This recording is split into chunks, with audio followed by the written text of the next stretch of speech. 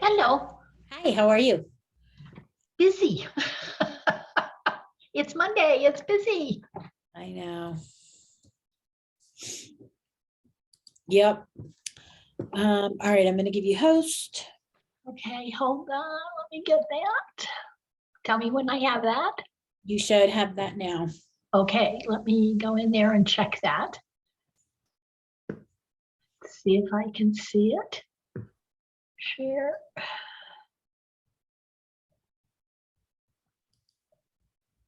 Can you see that? I sure can. Okie dokie, then I'll stop sharing. So, okie dokie. All righty. Thank you very much. I appreciate it. Oh, yeah, of course. Have a good class. Well, last week I had no one, so we'll see if I have anybody this week. Oh, It's that's a okay. bummer. Well, so many people have been in it for so long. Yeah.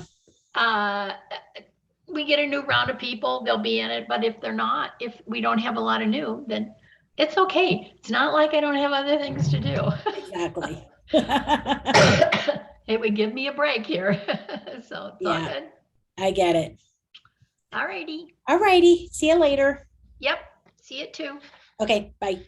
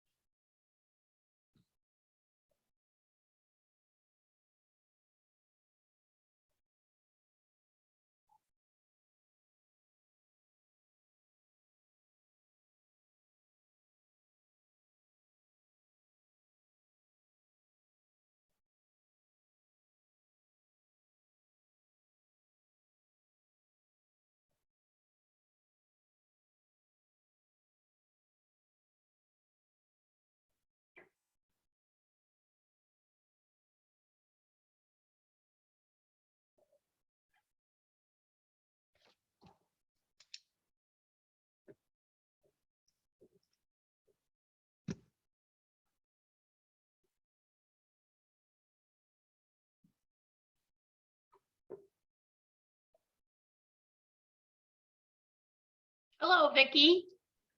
Well, hi, Donna. How's your husband? Well, he's getting there. We the last couple of weeks we had some couple of emergencies that he's got really bad veins. And so we've had a couple that have popped. And had to go to urgent care on one, And they said if it happened again they couldn't do any more for him, that we needed to go to emergency. And of course, the next day it happened again. So yeah, just trying to, since he's on that Xarelto, blood thinner. Yeah. David was on, my husband was on Coumadin for years and years after his heart attack, Yeah. and Dave had other problems. The heart attack created other problems. I'll just put it that way. Yeah. Yeah. Well, the biggest challenge with us are his veins that are so bad, the varicose veins. Right. And if he gets a little scab, which, the bleeding was just profusely. It was like at 4 o'clock in the morning, and he had gone to go to the bathroom, and I was sound asleep, and he was screaming for me. And so, yeah, it's this little scab that just opened up and just went all over. So yeah, trying to control that is a special challenge for him. So anyhow, it's I'm sure it's not the end of it with the veins. So just being alert to it. And I just don't feel, we pretty much go together everywhere. Like if I go to the grocery store or whatever, in case he happens to have an emergency. No, I understand. Yeah. Towards the end of David's life, there were things that were happening that I thought that he, if I would come home and find him dead on his desk. And so, I'd say the last 6 months of his life, I persuaded friends to come pick him up so he wouldn't drive anywhere, because he had a tendency to black out. Yeah. And I didn't want him driving and hitting somebody. Right. So yeah, that was quite the adventure. So I understand totally. So, well, good luck with that. Yeah. So we'll just every day. Yeah, every day's a new adventure, Vicki. A new adventure. Always good. Hello, Miss Holly. How are you? I'm good. How are you guys? We're great. I wanted to let you know, Holly, that I passed your name on to a couple of agents that need showing people, to help them show properties. Okay. So I've given your name to a couple of them. So if you get a call from somebody from the office, that's why, because I gave them your name. Okay. Thank you. Awesome. My pleasure. My pleasure. So we'll wait a minute or two here. Oh, we're a little after. Give it another couple of minutes and then we'll see. And then we'll start. Can I ask a quick question? Absolutely, you can ask the question. So I had a friend of mine reach out to me that lives in the Springs that was interested in a property down there over the weekend. And I figured out I had forgotten that the RE Colorado doesn't let me see the. Well, you see some, but not very many. Okay. If I wanted to sign up with them, I did call them, but their question to me was, do I pay for Century Lock through RE Colorado? No. Okay. No, if you have a Century Lock, you pay it through the board, which would be in this case probably Smedra. Oh, Smedra. Okay, yeah, because so you would have your own individual account. You can call Smedra. It's let me think. I got the bill right here. It is $102 a year. Okay. And it's, I think, $125 for a box. But if you don't need the box right away, you don't have to buy one, but you could buy one. And then the reason they're asking that question is in Colorado Springs, Century Lock is through their MLS, and it is not and they should know that. It is not through RE Colorado, it's through our board. And they're looking to see if you have a Century Lock account is really what they're looking for. What if you go to join, we are a secondary board because I belong to Smedra. Okay. The office belongs to Smedra. And if you join, they'll tell you all the parameters and they send documentation for me to fill out. Okay, which I will do and send it back immediately as soon as I see the email. Okay, so but I still need to sign up for the 102 a year with them to access their lock boxes. Well, you call Smedra, let them tell you how you get a Century lockbox. Okay, Okay, that will answer all your questions. okay, very Okay, good. Thank you. all righty. Let me go over here and find my share. Where are we? I lost it. Hang on. Okay, it went away. All right, let me bring it up now. So, sure. All right, can you all, hopefully you guys can see this.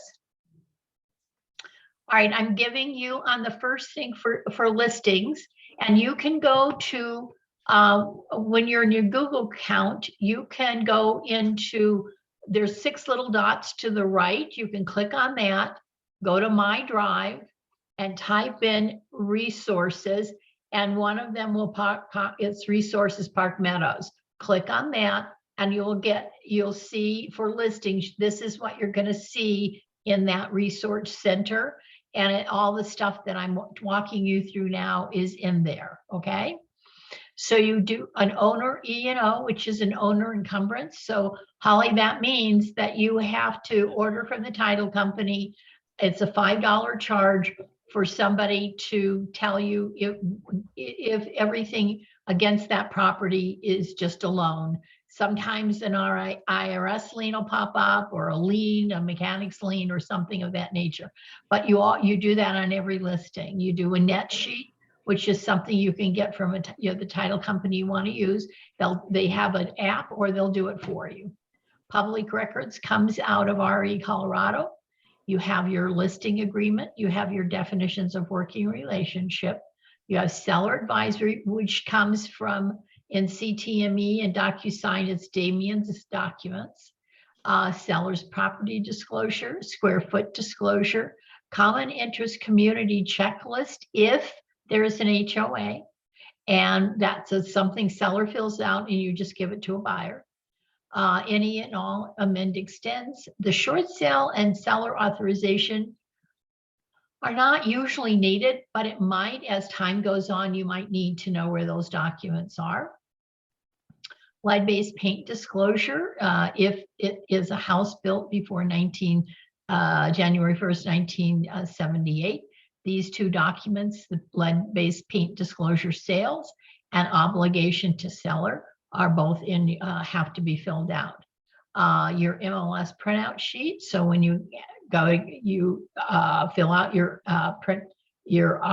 RE Colorado sheet, and you make it active. You upload an active sheet into the listing side. You have source of water. Yes, I know source of water is in the property disclosure, but there's a separate document that I require for everybody to fill out, so we don't have any arguments about I didn't know what the water was.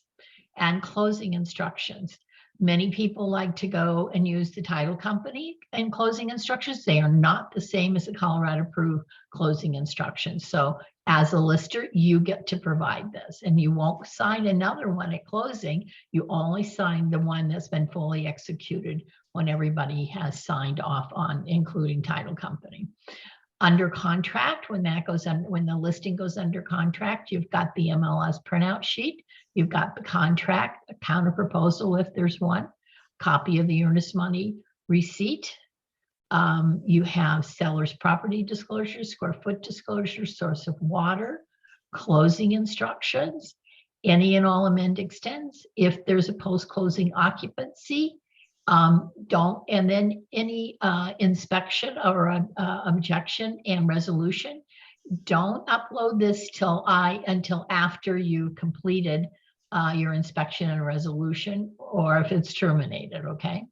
You don't need to upload if it terminates. Lead-based paint disclosure if it needs it, and you have a lender letter. Then when you are ready to submit, you will see after you submit, there's a place that's called commission request. You fill that out so you can get paid at closing. After closing, you upload all the documents that the title company has sent you. You want to separate the copy of checks or the distribution sheet, and you need a MLS sold sheet from the MLS. And I would suggest that if you've got any receipts or inspection reports or anything, you can put that at the bottom of your document when it goes under contract. So you have all of that. So now we get to the listing agreement for the seller. So you always check seller agency, you put your date in here. You always check 2.1, we're a multi-person firm. We have the legal description of the seller. This will be automatic filled out, which is when you do CTME or DocuSign, those two spaces 3.2 and 3.3 are all filled out. Then on 3.4, you put in the county the property is in, the legal description of the property, and the address, okay? And sellers, you always want to put the seller's legal name whenever it comes off of the realist tax. Now you ask your seller, did you get assistance to purchase this property? Did you get a grant or something that has to be paid back? The answer is no, fine. If the answer is yes, you check this box. And there are other additional documentation that we do have to get. Then you go to listing period. You have a beginning and ending period always. In this market, you got to do at least 6 months because we may get more than one offer on a property and it falls out because of inspection or appraisal or who knows what. So always list it for 6 months. That way you can sell it, close it, and get it all done before the end of the 6-month period. On 3.9.2, this is will or will not extend to the next day, which is Saturday, Sunday, or holiday.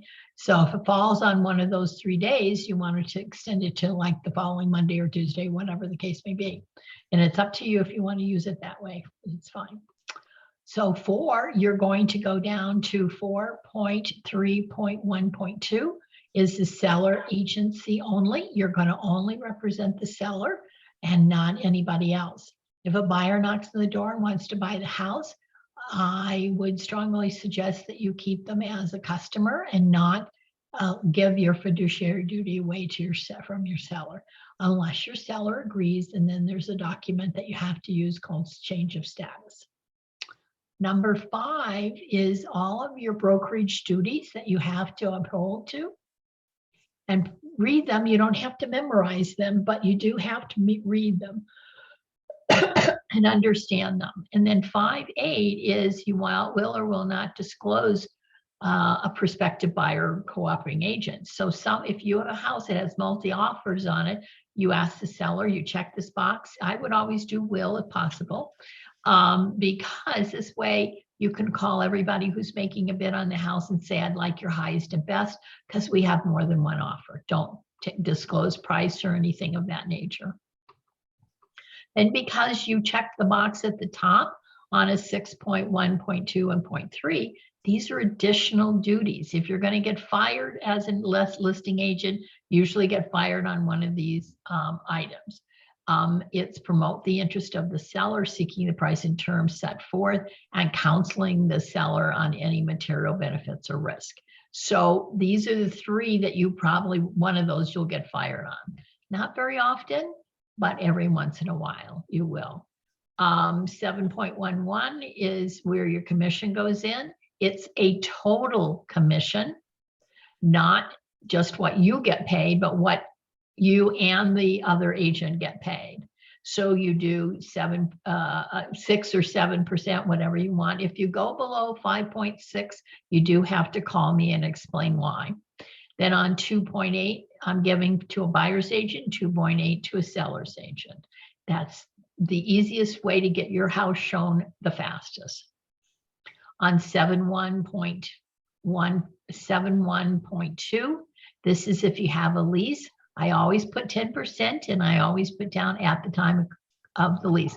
We're not in the leasing business. So at this, I always make, it's kind of an honest paragraph in which keeps the buyer, sellers honest, okay?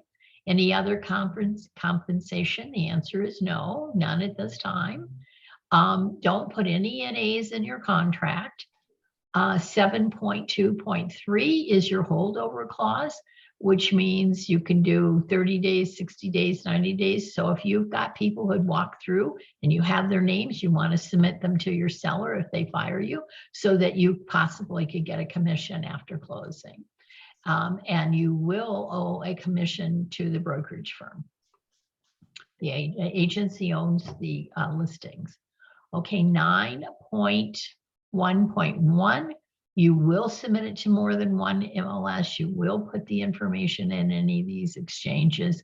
Seller authorizes the use of electronics and other marketing methods, except you can put the word none. It's rarely changed from that. On 9.1.4, you will put the address in display in the internet. You will put the listing in the internet. You check will for both of these. To enter the access to the property on 9.2, I would suggest not a manual. If you have we're encouraging electronic lock boxes. This way people can't go back into the property once they've seen it. It shuts them off after a certain period of time. It goes from 30 minutes to two hours, I think it is. So that way nobody goes. But on a manual one, people can go back without informing the seller. Any other instructions, I always put must call the seller for showing time. We are switching to Broker Bay. If you get a listing, you can go into the little icon in RE Colorado to set up your Broker Bay account and put your information in there, and that will change over on the 15th of this month. Then on 9.2.2, you want to only check the first one and the second, even though I forgot to check that one. You only want licensed people in the house, active real estate broker and a licensed appraiser. You get a call from the selling agent and they'll say to you, hey, my assistant's bringing in an inspector for the property, and you have to say no, that's not allowed because that's not what the seller wants. Either you show up or another licensed real estate agent have to show up. So this way we don't have a lot of battles, okay? You've got to be licensed to get into the property. It's a protection for our sellers. Some of the agents are not happy because they don't want to stay there for 2 hours. Well, then why did you have the buyer if you didn't want to stay there 2 or 3 hours for the inspection? So that's my answer to them. Then we have, this is the statement I'd like for you to put in. All professional marketing services offered by the brokerage firm as broker deems necessary. Now, the reason we put it in this way is you have a house that's 3,000 square feet, and then you list that and you take, 30 pictures on that. It's great because you have front, back, basement, finish, all those things. Now you go and list a condo that's only 900 square feet. You're not going to get 30 pictures out of a condo that's 900 square feet. So you want to be sure that you do certain things for condos, certain things for horse property, certain things for houses. Everything's different. So you don't want to be boxed in. So that's why I put this in. So you figure out what's proper for the listing that you've got. And then on 10.3, you just ask the seller, you do not have any other listing agreements with anybody else. And you put has not on both of these statements, and usually they don't, but it's a good question to ask, because if they call and tell you my listing is going to expire in another week, you want to know and get proof that that's going to happen, and you can talk to those sellers before it expires because they called you. So 10.4 and 10.5, you can read and make sure you understand that. 11 are dealing with the terms. Make sure if your house Does it qualify for FHA or VA? Otherwise, it has to be cash or conventional.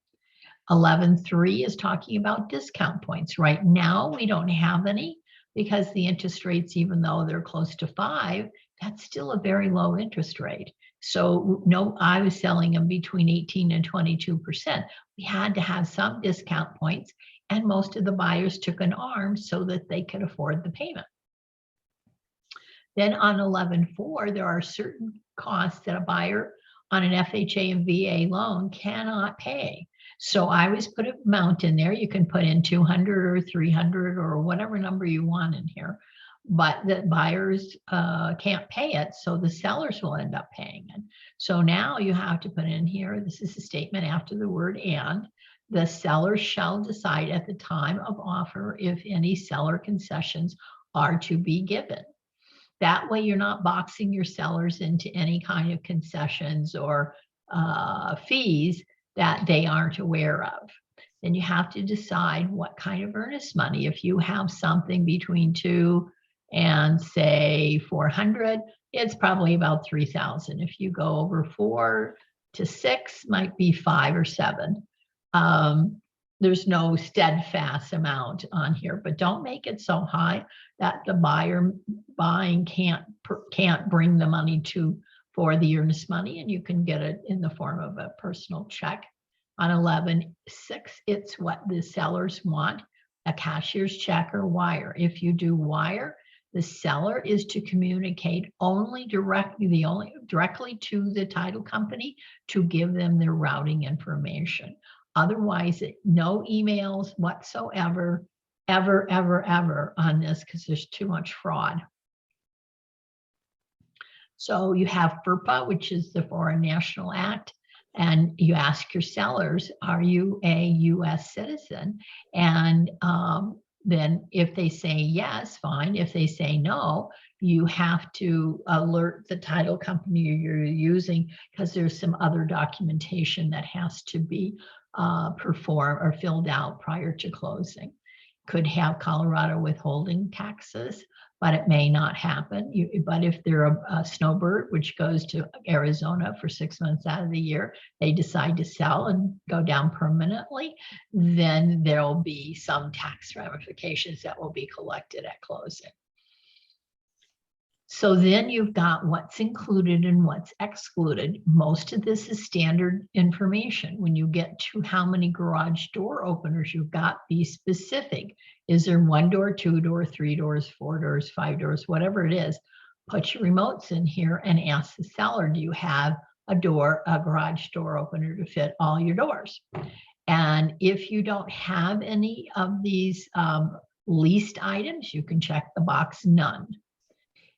Then this is a standard clause in here. These are personal property being conveyed. It's going to be, you want nothing, you want everything free and clear. So you put the word none down here. Other items that are included, this is where you put your refrigerator, stove, dishwasher, microwave, whatever it is, you put it in here. Now, if you happen to have checked the box, I've got lease solar, now you have to put some information about the lease in here. And you've got to get the lease documents for the buyer to look at. If the buyer's, even if he's going to, you have to put it, assuming that they're going to assume it, get all the documentation you can on any leased item. It could be solar, it could be water, it can be security system, whatever it is. If there's a system of any of those 3 items, you always have to ask the seller, are they leased, are they owned? Because that will determine what additional information you'll be needing. On 13.3 is the washer and dryer excluded. Most washer and dryers are, refrigerators are usually included. But 13.3, 4, and 5, and 5.1, these are all usually none at this point. No trade fixtures. Now we go to 13.4. You've got 3 or 2 or 1, whatever your garage is here. And what is the storage facility? Any that convey with the property. Could be a shed, it could be whatever. The reason I have you fill out 13.4 is if you are selling a condo or a townhome, They may have an assigned garage space, but they may not. And if there might be a storage bin or a closet or something, or storage outside of their patio, all of those things. So you always want to put those in there. But if you're so used to blowing by this and listing a house, you're not going to remember to ask the questions when you list a condo or townhome. Now 13.5, 13.5, 1, 2, 3, 4, 5, 6. These are usually dealing with water rights, which normally you have none. If you end up listing a house that would be in east side of the state, Elizabeth, Kiowa, that type of an area, these may apply, but they may not. They may have a well, and you check that box and put the well number right here. And you check with the state on which aquifer it comes from and what the permit is used for. Yesterday, one of our agents is writing an offer east of Kiowa, almost to Kansas, and there are 2 wells. One is a domestic well and one is an aggregate well. So you have to understand what they are going to be used for. So now on 13.4, we're going to convey in a special warranty deed. That's the only way you convey out these days, not general, only special. And that's the one you check. Sometimes it will be a personal representative deed because it's an estate sale. Now on monetary, when you run your documents on Realist, you'll find out what loans are against the property. It could be none. It could be 1 or 2 against them, and you list them in here. If 14.5 is his property is not have any tenants in it, you can put none. If you have tenants, you can say tenant is staying in property until 30 days notification for them. There's a statement that has to be made in here, but generally it's none. Then on 16 is dealing with an HOA. So if there's more than one HOA, you add them together, divide it by 2 or 3, or whatever, how many they've got, and put it in here on a per month basis. And we're about ready to do an assessment in my area. And the bottom line is the regular assessment, and they don't have any additional. We're going to have a special assessment attached to each home, probably starting next week. And anything under contract, the seller has to pay either at closing or currently there now, or submit it to your insurance company. But you want to put none down here, but you always ask the question, is there a special assessment? Is there going to be a special assessment? And ours is for hail damage. This is the second one in 5, 6, 7 years, something like that. And 17 is possession upon mutual agreement, because we don't have a document that says what day would you like to be out of your property, or what day the buyer wants to get into the property. So 18 is dealing with buyer's obligation. Seller obligation is to fill out the seller's property disclosure. Your carbon monoxide alarms have to be within 15 feet of each bedroom. It is a state law. So before you list a property, make sure the carbon monoxide detectors are there. And you want to make sure that the property is in the best condition it can be in. Seller has a right to cancel. Broker has a right to cancel. Try to work out your differences, but if you can't, we'll work through that. If for some reason there's a deal that comes into the seller and they take it and it falls apart and the seller's entitled to the earnest money, who gets it? I always give 100% to a seller, or you can check the one that divides between you and the seller. I don't really care, whatever. So you have 21, 22, 23, 4, 5, 6, and 7. Pretty self-explanatory. Go ahead and read those. And then on 28 is where I put down, if I have a transaction broker, she is going to handle the paperwork and who's paying for her. Then 29 tells you what's going to go with this property.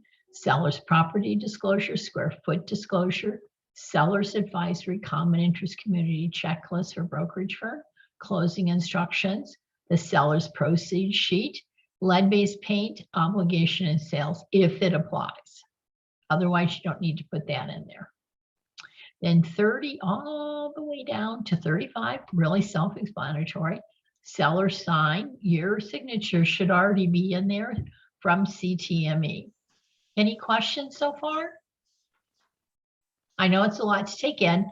I would strongly suggest that you go and make a sample, use your own house or somebody else's house, you know, to fill in and go through the process so you know exactly how to do it, okay? This is the first part of an email, is the listing agreement. Second piece in that email is going to be definitions of working relationship. Give them the definitions of this. It's an explanation of what you're going to do. You're going to be a seller's agent.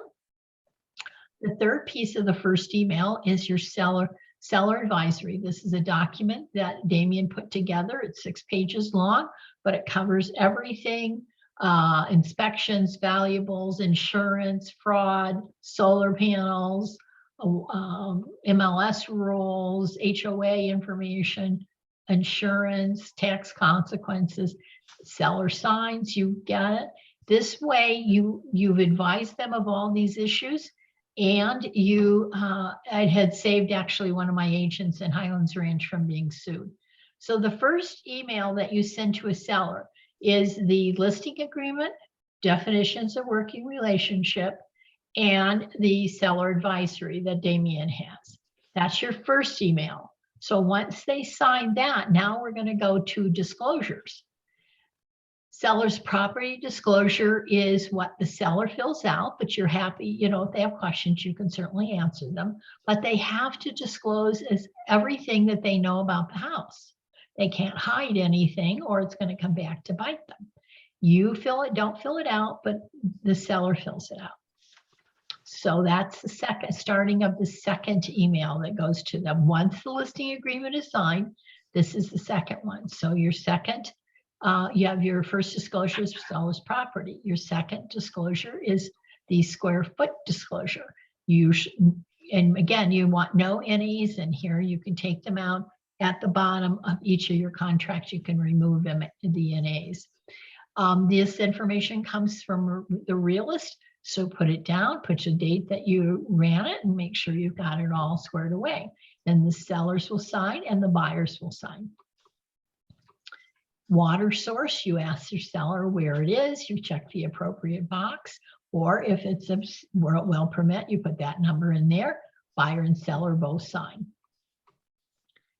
The fourth piece is going to be closing instructions. This is what you fill out. 16 is not filled out until you actually have a contract. I did that incorrectly, so that should be left blank until you have a contract to fill out. The appropriate boxes to be checked. And you need to call the title company, find out what closing instructions. You have two. You close the excuse me, you close the real estate side first and you close the lending side second. What does that fee total to? It goes anywhere from about $250 to $500. So always check that. How do your sellers want their proceeds? You check one of the appropriate boxes. And then in additional provision 16, normally there isn't anything. You can, if there's going to be a power of attorney, that's where you'd put it in there, something along that line, but normally there isn't anything in here. Then buyer, seller, and a title company all sign. So when you list, you have the seller and the title company sign, and then, or you can have the seller sign, and then when you have a contract, you have the buyer sign and then send it over to the title company to sign. So you're set. Then your next email, this is still in the second email. You've got your lead-based paint disclosure, which is obligation. That's for the seller to read and understand. Then this is the lead-based paint sales. Seller fills out first portion. Most of them don't have a knowledge of anything. And the buyers fill out their portion, and they either waive it or they accept it. It doesn't, whatever they want to do. All parties, all selling agent, listing agent, both buyer and seller, all have to sign, or it's an $18,000 fine. Next year it'll go up based on the fact that It's going up now every year for the cost of living. So in your second email, you've got your seller's property disclosure, you've got your square foot disclosure, water source addendum, and your closing instructions. Now, you can do a third email if you wish, or you can attach this to the second one, which was the seller's estimated net sheet. You can do it on CTME. I don't remember if DocuSign has one or not, but a title company will do it for you. You can forward it on. I strongly suggest that you put it, get a seller to sign this, so there's no argument about what their bottom line is going to be. Or you can put this in a second email and put your disclosures on the third email. It doesn't make any difference, but you have to do it. I would suggest to do it separately so they understand what they're actually going to receive, possibly as the bottom line. Then this is a common interest community checklist, which is the seller will fill out again. It's informational only for the buyer, and it would go in your second or third email in your disclosure one. This is a notice to terminate. You may or may not get it. Probably on inspection if they're going to terminate on anything, because the loan right now is such that you aren't going to be able to do too many terminations on that. This is just an example so you can know when you send a notice to terminate, you send an earnest money release and who's asking for the money. Unless all parties sign this, you will not get your earnest money back. Because the title companies won't do that until they have all parties on the release. If you're going to object, if somebody's going to object to title, this is the title objection. You put your due diligence or survey or whatever it is, and you object to that. You have dates and deadlines in your contract. And this is appraisal values, objection. Appraisal didn't get in. Selling agent gives you this along with a attachment of the appraisal. They usually do that. If the buyers are not going to get an inspection on the property, you want to be sure that they sign this buyer acknowledgement document. No, I'm not getting that. I'm not going to get a home warranty. This is to cover you and the seller that they didn't do an inspection of any kind and they don't want a home warranty. It saves you. Now, if you have a property that has a septic tank, all properties with septic tanks have to get a usage permit. Morgan County calls it something else. I don't remember what it is, but Morgan County has a little same document, just a different name to it. This has to be done, and you need to get that done. If you list property that has a septic on it, I strongly suggest you get it done right away and get the sellers to get that paid so that they have it to present to a buyer. Now, if you're selling your own property, your E&O insurance, you have to do 4 things to keep your E&O insurance intact. Seller's property disclosure, home warranty on the property, buyers have to have an inspection, and you have to use the Colorado State approved forms. Your E&O insurance went up dramatically. The reason being is, good news is the prices in Colorado went up. Bad news is prices in Colorado went up. When the prices of the property are higher, there's more lawsuits. Your deductible, if there is a lawsuit, is $2,500. And so we want to make sure you do the proper things. This is just a general document. If there's a well on a property, if you're listing a property with well, the sellers fill this out to the best of their knowledge. It's just something to give to the buyer. Other than that, what questions do you guys have? Donna, those last few forms are just like specific to the transaction. It looks like if there was if somebody backed out of it, then there's this specific form to fill out. Well, you'll receive it. Rarely is the seller going to use the termination document, but the buyers will send that if they're going to terminate and why they're terminating. Okay, And you have to understand, the sellers will be angry, but they need to move on. In most cases, it's pretty legitimate too. Does that answer your question? Reason- You're saying that if it's legitimate, meaning that they had a really legitimate reason to back out? Yeah, and most of the time there is, but it doesn't mean that the seller's not going to fight for it, even though they don't have a fighting position. Honestly, it's tough to keep the buyer's earnest money. It really is. As long as they follow all the process. Our biggest fights are going to be under and when I do dates and deadlines in a couple of weeks, it'll be under the terms and condition. That's going to be the biggest fight. If they pass that deadline, it's really hard for buyers to get their earnest money back. So we'll have to, it's always a fight. So when you get into that and you call me. So that's the easiest way to solve the problem. Okay, anything else? On the earnest money, can you figure like, I've heard like 1% of the sales price, Donna? I don't do it that way.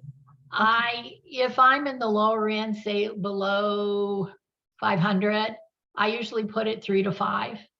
If I'm above, because if there's an argument, if you go above 7,500, you go to Superior Court.